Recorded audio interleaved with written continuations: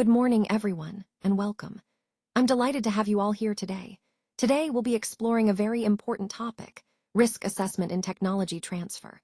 My name is Dr. S.K. Singh, and I hold a PhD in this field. Over the next few slides, we'll look at how to identify, evaluate, and manage risks when transferring technology.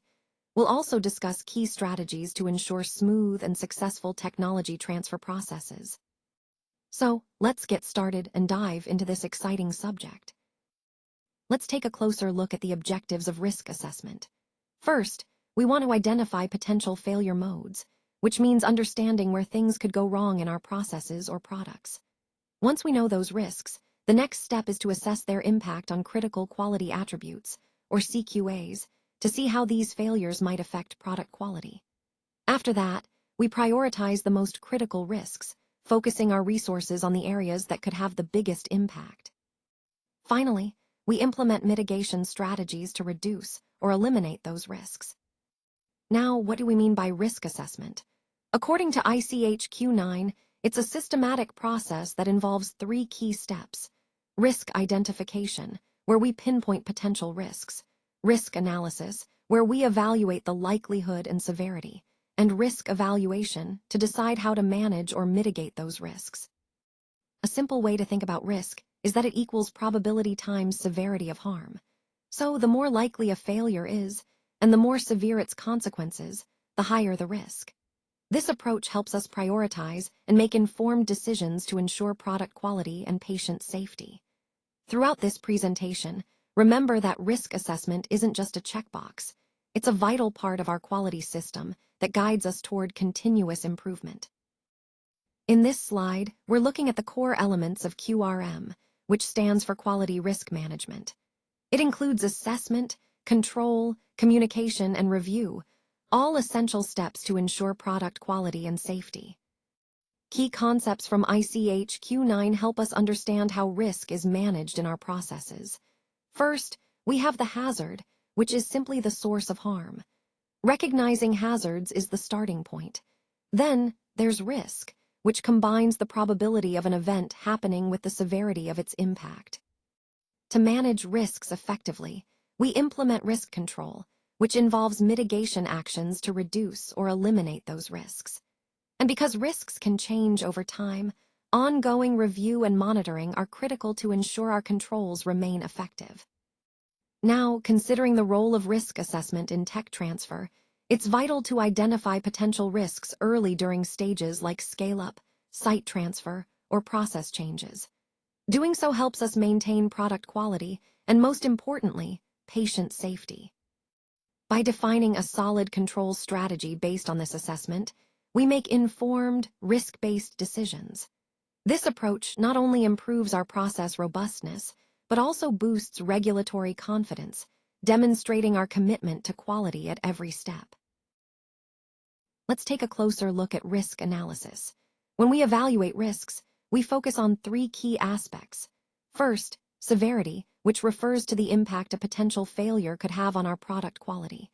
It's about understanding how serious the consequences might be if something goes wrong. Next is probability, or the likelihood that a particular failure might occur.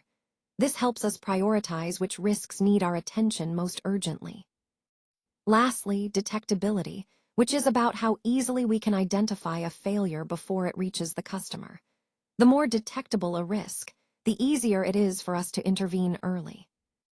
Now, when we think about the overall risk assessment process, it starts with risk identification, pinpointing where things could go wrong.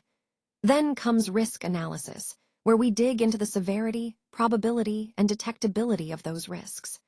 Following that, we perform risk evaluation to decide which risks are acceptable and which need mitigation.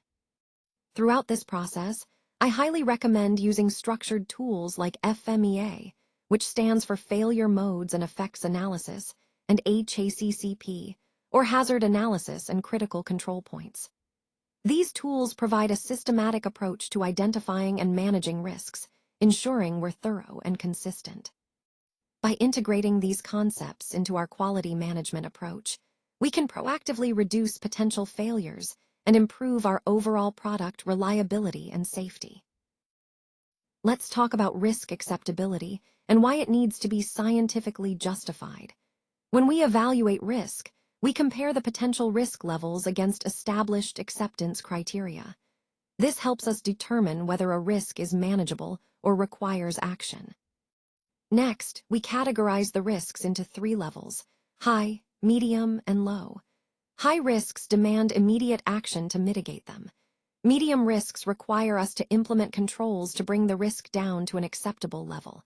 And low risks are generally considered acceptable as they pose minimal threat. To effectively manage risk, we start with risk identification.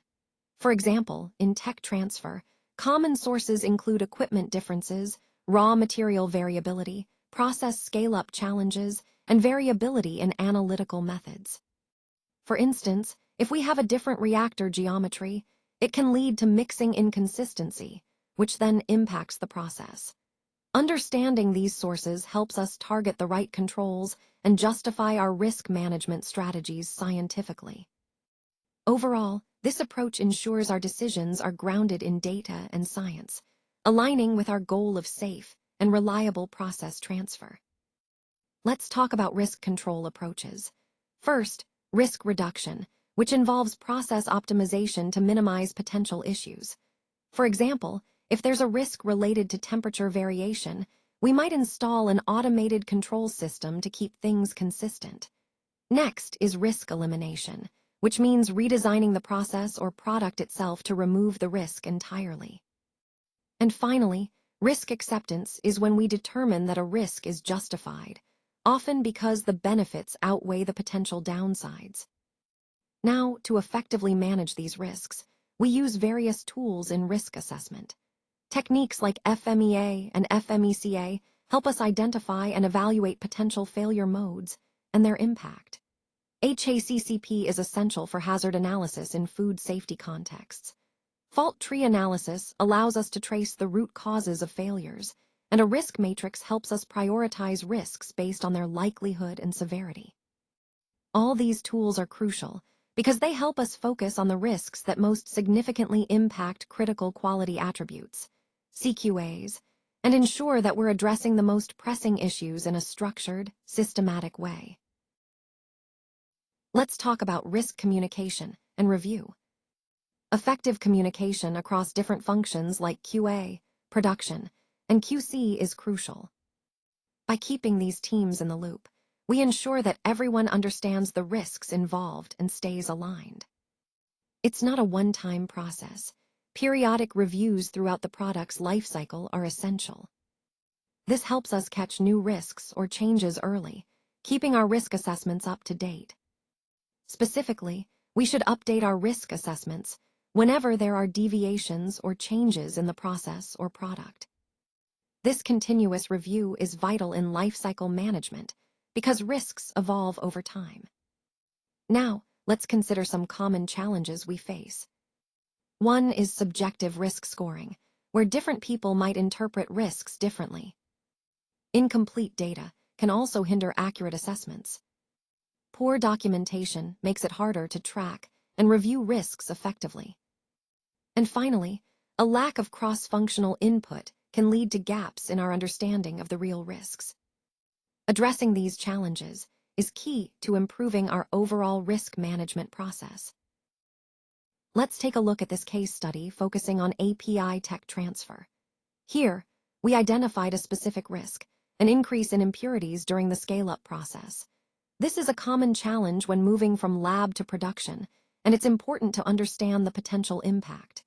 The analysis showed that this risk has high severity because impurities can affect the purity and quality of the final product, which is critical for safety and efficacy. However, the probability of this happening is medium, meaning it's not guaranteed but still significant enough to address. To mitigate this risk, we optimize the reaction conditions, specifically reaction time and temperature. Small adjustments here can make a big difference in controlling impurity levels. And the result? We successfully kept impurities within acceptable limits, ensuring product quality and compliance. This example highlights how proactive adjustments during scale-up can effectively manage risks and keep the process on track. an essential theme in successful tech transfer. So, in conclusion, risk assessment really is a mandatory part of the tech transfer process. It's not just a best practice, but something that ensures we're working within the guidelines set by ICH-Q9 principles.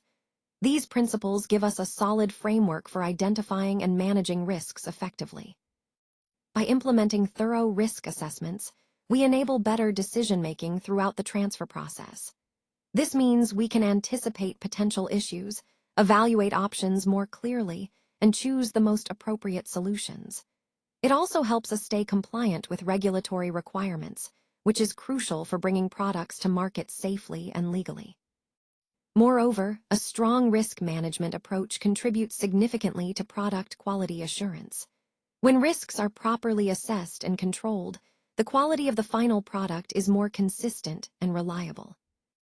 And ultimately, effective quality risk management improves process robustness, making our processes more resilient, and enhances patient safety, which is the ultimate goal. So, integrating risk assessment into tech transfer isn't just a regulatory box to check. It's a vital practice that supports quality, safety, and success across the board. If you need any further support or have additional questions, please don't hesitate to reach out. We're here to help you succeed and ensure you have all the resources you need. Thank you so much for your time and attention today. I truly appreciate your engagement and look forward to staying connected.